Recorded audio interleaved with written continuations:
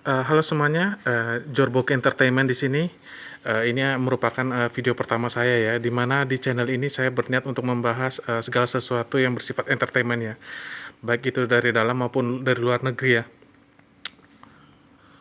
Oke, langsung saja ya, di mana pada hari ini saya akan membahas mengenai eh, beberapa sutradara kelas dunia ya. Ini mereka menyatakan keberatan atau kekecewaan mereka terhadap HBO Max ya. Buat kalian yang tidak tahu, HBO Max itu adalah salah satu streaming service ya yang dibuat oleh Warner Brothers, salah satu studio film terbesar di Amerika, di mana mereka berniat untuk menyaingi saingannya ya, yaitu Walt Disney dengan Disney Plus-nya ya. Jadi di sini karena Warner Brothers ini menyiapkan streaming service yaitu dalam HBO Max, uh, ini kemungkinan besar merupakan rencana Warner Brothers untuk menyaingi Disney Plus, dan tapi sayangnya HBO Max ini punya beberapa kelemahan ya. Yang pertama itu adalah ini dibuat dadakan ya. Kalau menurut saya kesannya HBO Max ini dibuat secara dadakan. Karena Warner Brothers ini tidak mempunyai acara eksklusif ya.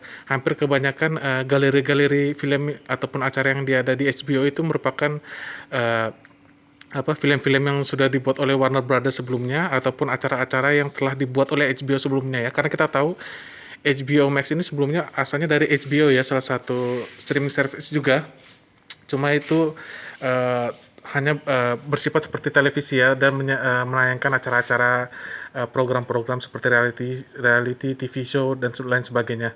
Tapi belum ada acara eksklusif. Contohnya kalau yang di Disney Plus ya, karena si Disney ini dia sudah mempersiapkan betul ya dari awal ya. Bahkan si Kevin Feige ini ya, salah satu presidennya Marvel ini, dia sudah menyiapkan suatu rencana di mana pada nantinya ya, film-film Marvel, film-film superhero Marvel yang seperti Doctor Strange atau uh, Black Panther ya, itu atau Captain Marvel itu nantinya akan dikaitkan dengan TV show ya. Jadi apa yang terjadi di TV show ini nanti akan ada kaitannya dengan filmnya yang nanti akan film-film Marvel nanti yang akan muncul ya. Seperti misalnya di Miss Marvel ya, karena kita tahu nanti rencananya Disney Plus ini mereka akan menyiapkan salah satu acara eksklusifnya yaitu Miss Marvel ya, di mana superhero Muslim pertama ya. Nanti kemungkinan besar Miss Marvel ini akan menjadi cameo di uh, filmnya Captain Marvel yang kedua ya. Jadi mereka ada kaitannya ya. Ini langkah yang dibuat Kevin Feige ini dengan menunjukkan karena antusiasme masyarakat dunia terhadap film-film superhero Marvel ini kan sangat tinggi. Jadi kemungkinan besar karena acara eksklusif ini akan erat kaitannya dengan film-film sebelumnya. Jadi banyak nanti orang-orang yang menyukai film-film Marvel akan ikut menjadi subscribernya Disney Plus untuk menonton acara-acara eksklusifnya dia ya. Termasuk saya salah satunya yang paling saya nantikan adalah WandaVision dan juga Falcon dan Winter Soldier ya. Itu salah satu dua acara Disney Plus yang saya sangat tunggu-tunggu sekali ya. Nah, di sini kelebihannya Disney Plus ya, karena kelebihannya Disney dan Disney Plus karena si Kevin Feige ini sudah dia menyiapkan susunan rencana eh, acara-acara apa yang nantinya akan ditayangkan di Disney Plus, dan mereka sudah mempunyai jadwalnya ya. Dan di sini di dalam filmnya pun ada film-film Marvel pun sudah banyak menunjukkan hint-hint ya mengenai acara-acara ini, seperti ketika di Endgame ya, ketika Loki berhasil kabur dengan Tesseract ya. Nah, di sini salah satu acara eksklusifnya Disney Plus adalah Loki ya, di mana Loki dari universe yang lain ya berhasil kabur ya, karena awalnya di universe yang kita biasa nonton, di Marvel Universe yang biasa itu si Loki-nya tewas ya, dibunuh oleh Thanos. Tapi karena mereka pergi ke multiverse, karena itu konsepnya Disney dan Warner Bros yang mencoba telusuri ya, multiverse ya. Jadi beberapa universe yang dimana terjadi beberapa hal yang berbeda dengan di universe yang satu antara universe yang lainnya ya. Jadi kalau di universe satu Iron Man mati, kemungkinan besar di universe yang lain Iron Man mungkin masih hidup atau jadi jahat. Nah, karena si Kevin Feige ini sudah menyusun mulai dari awal ya. Jadi kelihatannya si Disney Plus ini lebih tertata rapi ya daripada HBO Max yang masih ketinggalan jauh ya. Nah, di sini HBO Max masih belum punya rencana eksklusif untuk acara-acara eksklusifnya ya. Apalagi khususnya di DC ya, karena kita tahu film superhero ini lagi booming, jadi banyak orang-orang itu yang lebih menyukai acara-acara yang berbau superhero ya. Nah, di sini HBO Max menyiapkan salah satu langkah untuk menyaingi Disney Plus karena mereka belum ada susunan acara eksklusif. Jadi mereka melempar seluruh daftar film yang berniat diedarkan di tahun 2021 di HBO Max ya. Jadi mereka akan merencananya akan menayangkan semua film-film daftar film-film mereka yang untuk tahun 2021 serempak ya di bioskop dan di HBO Max secara bersamaan. Nah, di sini hal ini dibuat oleh HBO Max untuk bisa menandingi Disney Plus ya, karena kita tahu sendiri trailer-trailer untuk acara eksklusifnya Disney Plus ini sudah keluar ya, kayak Falcon dan Winter Soldier dan WandaVision ya, khususnya Falcon dan Winter Soldier ya. Karena begitu saya lihat trailernya itu kayaknya budgetnya cukup besar ya, jadi adegan-adegan special effect yang di Falcon dan Winter Soldier itu cukup keren ya. Jadi ada kemungkinan besar Disney itu memberi banyak budget untuk salah satu acara ini ya, karena saya lihat trailernya WandaVision itu cukup biasa-biasa aja ya ketimbangnya Falcon dan Winter Soldier. Falcon dan Winter Soldier itu malah mirip seperti film ya daripada acara TV ya, karena begitu efek CGI-nya begitu bagus. Nah, di sini untuk menyaingi Disney Plus, si Warner Brothers ini membuat suatu alternatif, yaitu melemparkan seluruh daftar film 2021-nya untuk HBO Max ya, dan akan ditayangkan secara serempak baik di bioskop maupun HBO Max. Nah, di sini adalah yang menyebabkan salah satu pemicu ya kenapa sutradara kelas dunia seperti Christopher Nolan ya, yaitu yang sutradaranya Dark Knight Trilogy itu ya, dan juga Inception. Jadi dia ini marah sama sama HBO Max, sama Warner Brothers khususnya, karena langkah ini dibuat tanpa konsultasi dulu sama sutradara. Terus David Deneuve itu yang sutradaranya Dune untuk tahun depan ya, yang banyak dinanti-nanti oleh publik Amerika ya. Dia juga menulis beberapa komentar yang mengenai HBO Max, bahwa dia menyatakan bahwa beberapa sutradara ini bermimpi agar bisa dapat bekerja sama dengan salah satu studio film terkenal, tapi mereka akhirnya bangun dan sadar bahwa mereka bekerja sama dengan salah satu streaming service terburuk di dunia. Jadi si David Deneuve ini menegaskan emosi ya, kenapa dia marah karena langkah ini dibuat tanpa konsultasi mereka dulu, dan mereka tahunya baru setelah HBO Max melakukan pemberitaan secara global ya. Nah, di sini mungkin kalian bertanya, loh, kenapa kok sutradara-sutradara dunia ini kok marah? Kan mereka sudah dibayar untuk membuat film.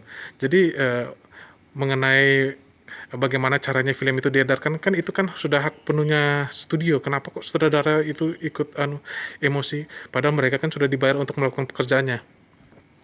Nah, di sini masalah jauh lebih kompleks ya dari yang kita kira ya, karena mungkin kalian belum banyak yang tahu, tapi kalau di Amerika itu, khususnya untuk sutradara-sutradara film, mereka mendapatkan persentase keuntungan dari film yang mereka buat ya. Jadi contohnya seperti si sutradaranya Todd Phillips ya, sutradaranya film Joker ya. Dia mendapatkan 10% dari keuntungannya film Joker itu ya, dari kontrak kerjanya dia, si Todd Phillips ini, sutradaranya Joker. Dia mendapatkan 10% keuntungan dari film Joker. Jadi ketika film Joker tembus 1 miliar dolar, dia mendapatkan keuntungan sampai 100 juta dolar ya. Dan itu lumayan besar ya, sampai 100 juta dolar itu sangat besar sekali. Nah, apabila si Warner Brothers ini membuat membagi filmnya untuk diedarkan baik secara bioskop dan juga secara streaming ya, karena masalah pandemi ini ya, karena pandemi virus ini jadinya banyak orang yang tidak bisa datang ke bioskop ya seperti hari normal ya, makanya alternatifnya HBO Max ini dia mensiasatinya dengan cara membaginya ke HBO Max dan juga ke bioskop ya. Nah, di sini kalau seandainya dibagi ke streaming service, kan hampir karena kondisi pandemi begini kan sangat jarang ya orang ke bioskop ya. Walaupun ada orang yang ke bioskop itu pun bisa dihitung dengan jari ya. Jadi kalau misalnya dibagikan ke streaming service, hampir sebagian besar orang kan pasti akan larinya ke streaming service. Nah, di sini di streaming service ini tidak ada keuntungan yang didapat untuk sutradara ya, karena sutradara hanya mendapat keuntungan dari pembagian dari tiket ya, tiket bioskop. Karena kita tahu kalau seandainya dilarikan ke streaming service, keuntungannya jauh lebih kecil ya. Dan lagi itu piracy ya, dibajak sangat mudah sekali ya kalau dibandingkan dengan bioskop ya. Karena yang dibajak itu sudah bersifat medianya sudah ada. Kalau di bioskop kan harus secara sembunyi-sembunyi ya, tapi eh, kalau di streaming itu karena medianya sudah ada, tinggal copy sama paste ya, langsung disebarkan. Jadi keuntungannya yang didapat oleh sutradara-sutradara itu jauh lebih sedikit ya, makanya mereka protes ya. Makanya banyak-banyak sutradara, hampir beberapa, cuma baru dua yang vokal ya, yaitu si uh, David Deneuve sama Christopher Nolan ya. Nah di sini kalau misalnya ini adalah salah satu langkah yang berbahaya ya kalau bagi saya yang diambil oleh HBO Max ini, karena kalau seandainya ini terus, walaupun saya sadar ini memang karena dia pengaruh oleh pandemi ya, jadi mereka nggak mau mereka nggak punya acara eksklusif sebelumnya di HBO Max, beda dengan Disney Plus yang ada Mandaloriannya dan juga Marvelnya ya. Jadinya si HBO Max ini melakukan alternatif seperti ini, tapi ini seperti pedang bermata dua ya, karena beberapa sutradara kemungkinan besar akan malas lagi untuk melanjutkan hubungan kontrak kerjanya dengan HBO Max ya. Seperti yang kita tahu, Patty Jenkins sama Gal Gadot awalnya marah ya ketika tahu Wonder Woman nantinya akan ditayangkan di HBO Max ya, dan juga di bioskop, tapi mereka mendapatkan kompensasi sebesar 10 juta dolar ya. Jadi ya cukup untuk menutup kekesalan mereka ya. Walaupun sebenarnya mereka bisa dapat lebih banyak, cuma karena pandemi ya mereka akhirnya cukup setuju dengan 10 juta dolar ya. Itu pun termasuk jumlah yang cukup besar ya. Jadi ini adalah langkah yang berbahaya karena pertama itu kemungkinan besar keuntungan mereka jauh lebih kecil, jelas, karena itu ditayangkan di streaming service. Yang kedua itu kemungkinan besar beberapa sutradara, apalagi yang punya kontrak eksklusif sama Warner Brothers ya, seperti Christopher Nolan ya, karena kalian tidak akan pernah melihat Christopher Nolan bekerja sama dengan studio lain ya, karena Christopher Nolan itu sudah dikontrak khusus sama Warner Brothers ya. Karena saya jarang melihat Christopher Nolan buat filmnya Disney ya, ataupun juga ada yang bekerja sama dengan Warner Brothers, tapi tetap Warner Brothers adalah yang mendistribusikannya. Ya, itu yang kedua ya, karena kemungkinan besar sutradara-sutradaranya malas kerja ya, karena kita tahu kalau di sini keuntungan kecil, bagaimana kalau ke studio lain. Karena Disney itu mereka masih menyimpan daftar 2021-nya untuk tetap di bioskop ya, mereka tidak melemparnya di Disney Plus, karena Disney Plus sendiri sudah banyak acaranya, Mandalorian, Miss Marvel, Falcon Winter Soldier, WandaVision, Loki. Jadi hampir banyak, karena itu mereka tetap menyiapkan slot film 2021-nya untuk Disney. Itu salah satu untuk bioskop, maksud saya. Itu salah satu keuntungan yang dimiliki oleh Disney. Nah, kalau bagi saya sebagai penonton, saya merasa senang ya, karena kita bisa menonton film yang 2021 sesuai rencananya. Kita tidak perlu menunggu lagi untuk di-delay di tahun depan berikutnya ataupun beberapa bulan berikutnya. Cuma ini sangat bermasalah bagi Warner Brothers ke depannya ya, bagaimana cara karena jelas keuntungan dari mereka, karena pembuatan film ini sangat besar ya. Mereka harus mendapatkan 3 kali lebih dari biaya produksi ya, untuk mendapatkan keuntungan. Jadi kalau dari stream service saja ada kemungkinan besar keuntungan mereka menjadi semakin kecil ya. Kalau keuntungan semakin kecil, maka mereka akan menciptakan lebih sedikit film ya dibanding sebelumnya.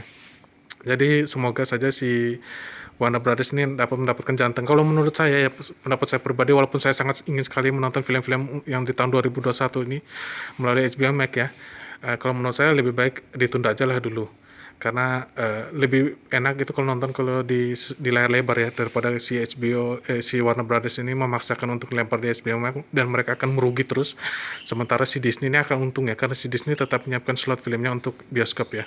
Tapi saya tidak tahu bagaimana kelanjutannya. Mudah-mudahan Warner Brothers ini menemukan jalan tengah ya, karena saya sangat menyukai film-film DC-nya Warner Brothers ya. Saya berharap si Warner Brothers ini merupakan saingan ya, supaya si Disney ini tidak terlalu menguasai, karena akhirnya kita bisa melihat si Warner Brothers dan Disney ini saling bersaing, jadinya kita akan mendapatkan kualitas film yang lebih baik. Oke, demikian review saya untuk video saya pertama kali ini. Mudah-mudahan bermanfaat ya.